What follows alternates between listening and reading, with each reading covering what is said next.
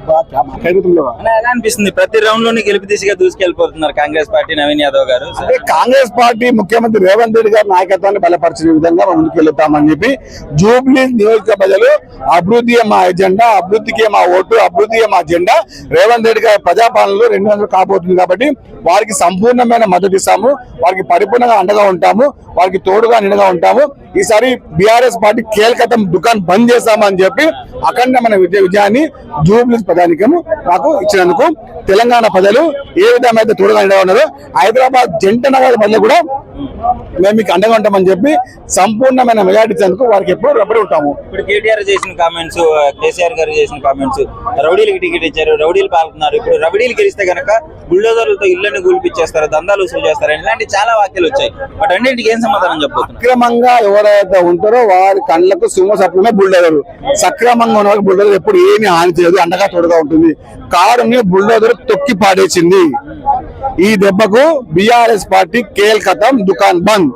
ఎన్ని అబద్ధాలు పాడా, ఎన్ని మురిపాలు మురిపించినా, ఎన్ని మీ పత్రికల్లో, మీ పేపర్లలో, మీ టీవీలలో, మీ యూట్యూబ్ బ్యాచ్లలో ఎంతో మాట్లాడి మీకు చెంప చెల్లి మన విధంగా, మీ చెంప పళ్ళు ముట్టారు బయటకు వచ్చే విధంగా, మీ గుయ్యమైన విధంగా సమాధానం చెప్పిన జూబ్లీ ప్రజలకు వారి యొక్క ఓటు నిర్ణయానికి మేము శిరస్సు వంచి వారి యొక్క నమస్కారం తెలియజేసుకుంటున్నాం. అయితే ఇప్పుడు మీరు జెన్యున్ గా గెలిచిన అంటున్నారు, కానీ వాళ్ళేమో ఓటు పోలింగ్ బూత్ దగ్గరే డబ్బులు ఇచ్చారు, పోలింగ్ బూత్ దగ్గరే బెదిరించి ఓట్లు వేయించుకున్నారు అని చెప్పేసి మొన్న కూడా ధర్నా చేయడం జరిగింది. నాగార్జున సాగర్ లో, పాలేరులో, నారాయణఖేడ్లో, మునుగోడులో, అదేవిధంగా ఎక్కడెక్కడ బయలక్షణ గెలిచినటువంటి ఇదే పనులు చేసింది బీఆర్ఎస్ పార్టీ గతంలో.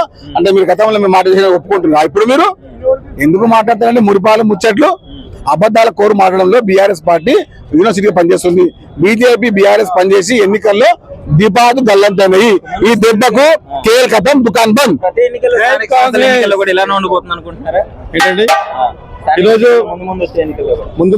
ముందు ఎన్నికల్లో ఇది ఇట్లాంటి విజయ నగర పేరుని మోగిస్తాం.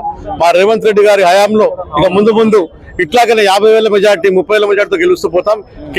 కేటీఆర్ ఇక్కడైనా బుద్ధి తెచ్చుకో, ఈ కళ్ళబొల్లి మాటలు బంద్ చేయి, నీ యూట్యూబర్లను బంద్ చేసుకో, ఇట్లాంటివి కళ్ళబొల్లి మాటలు బంద్ చేసి ఇప్పుడైనా ప్రజాక్షేత్రంలో వచ్చి ప్రజల తరఫున పోరాడు తప్ప నువ్వు సర్కస్ రాముడు, జోకర్ రాముడు మాట్లాడడం మానుకోవాలి కేటీఆర్ గారు. ఏం చెప్తారు ఇప్పుడు ఈ గెలుపుతో? ఏం సమాధానం చెప్తారు? రౌడీలని, గుండాలని, బుల్డోజర్లని, ఇల్లు కూలిపేశారు, ఇలాంటి చాలా వచ్చినాయి కదా. మేము రౌడీలు గుండాలు అయితే ప్రజలు మాకెందుకు గెలిపిస్తారండి? రౌడీలు గుండాలు వాళ్ళు, గతంలో కార్పొరేటర్లను కొట్టింది వాళ్ళు, పేదోళ్ళ నోర్లు కొట్టింది వాళ్ళు, స్కామ్లు, ఈ కార్ రేస్ దొంగ కేటీఆర్, ఈ కార్ రేస్ కావచ్చు, ఫోన్ ట్యాపింగ్ కావచ్చు, మరి చివరికి హీరోయిన్లు కూడా వదిలిపెట్టలేదు అట్లాంటి దొంగ కేటీఆర్. మా రేవంత్ రెడ్డి కాళ్ళు కొట్టి కూడా ఆయన సరిపోరు. మేము ప్రజాక్షేత్రంలో ఉంటాం. మా 6 గ్యారెంటీలను ప్రజలు నమ్మింది కాబట్టి మా నవీన్ యాదవ్ గారిని 30,000 మెజార్టీతో ఈరోజు జూబ్లీ ప్రజలు గెలిపించడం జరిగింది. వారికి మా ప్రత్యేకమైన ధన్యవాదాలు తెలుపుతున్నాను.